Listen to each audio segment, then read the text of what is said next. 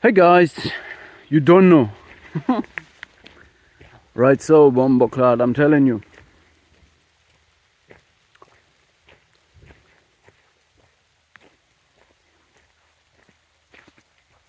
Life. What is life? See, the universe we're living in, it seems it goes from a state of low entropy and high energy to high entropy and low energy. Which means the time when the Big Bang happened, everything was in a order, in a state of order. Everything was in place, knew where it belonged to, and there was a very high energy in it. It was super hot plasma, if you want to describe it in a sense of physics, okay? But then the Big Bang happened and everything spreads out, cools down, and the entropy increases while the order decreases, and nothing can reverse this except someone puts in a lot of energy to put it back into the state of high energy and order. It's like if you have water pumped up to a mountain, it has this physical energy stored within itself, but once you release it and let it crash down into the valley, it releases this energy again, and so to say increases entropy because it scatters all over the land, okay? But when it's in order and in a high entropy in this basin, in this lake up the mountain, it is in low entropy. It knows here it belongs here and it has this high energy stored, but when you release it, it spreads all over the land and the entropy increases.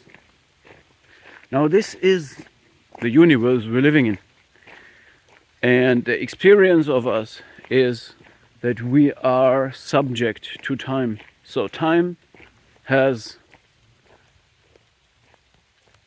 we are in a chain of cause and effect, and we cannot reverse time. Time always goes in the same direction, and we can't go maneuver back and forth. We can dream different, we can imagine different things, but our physical bodies seem to be subject to time. All right. Now life is opposing this. Life is at least opposing entropy. Life creates order. All right, so our planet Earth, if there would not be life, would be very boring.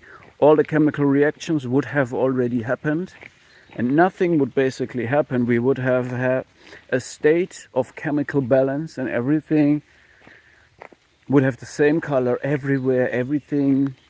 It would be very boring. But life opposes this. It extracts chemicals it needs. It creates very complex structures that, if you want to compare the brains of human beings or other intelligent animals like orcas or octopus or whatever, the neurological complexity is absolutely fascinating, and it means a lot of organization and a lot of making order. So it opposes the entropy everything is going towards, right? Life opposes entropy and chaos, so to say.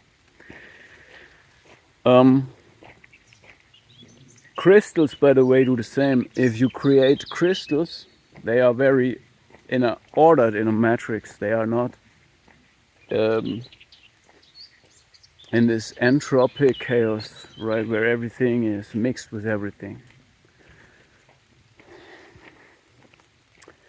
So life, if you talk about life purpose, for me, life purpose, life are very interconnected. So the life purpose has to do something with life.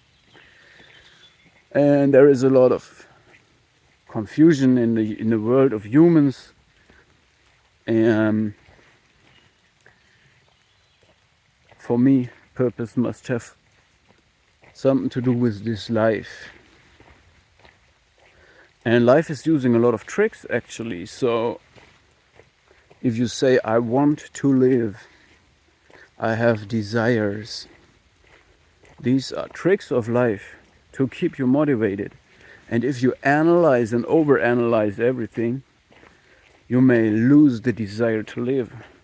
What does a human being do to analyze another human being? We cut it off and we separate it and we cut, deeper and deeper and deeper, and in the smaller parts and in smaller parts. And then we say, oh, now I understand this frog because I have cut it up and I understand everything of this frog, but now the frog is dead, right? And the same is with your desires and the purpose, You should not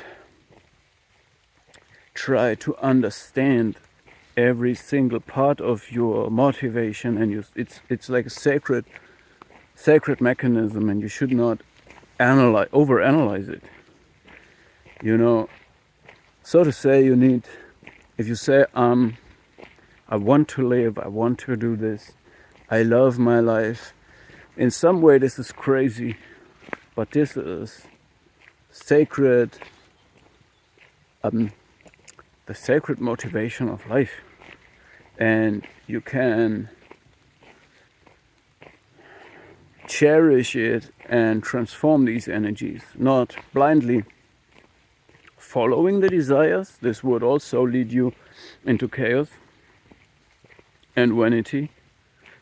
But you can use the desires and motivations that human beings have implemented and use them for you. And for me, understanding life in the way that it creates order, that it creates and orchestrates and composes and narrates great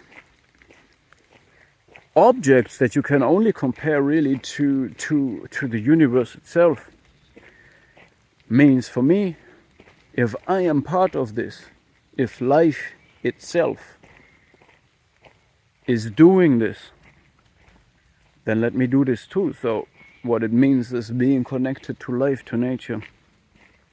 And the purpose of life for me can only be to also create something that is,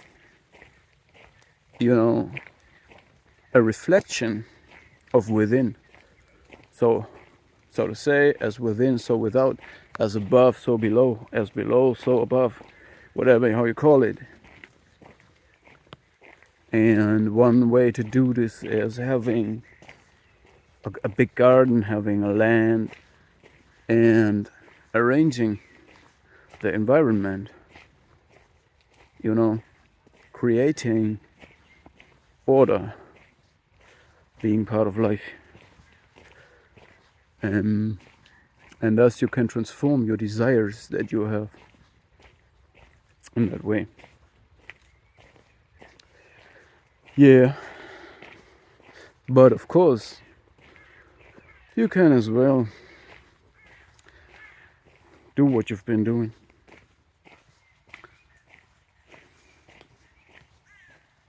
I don't care, bro.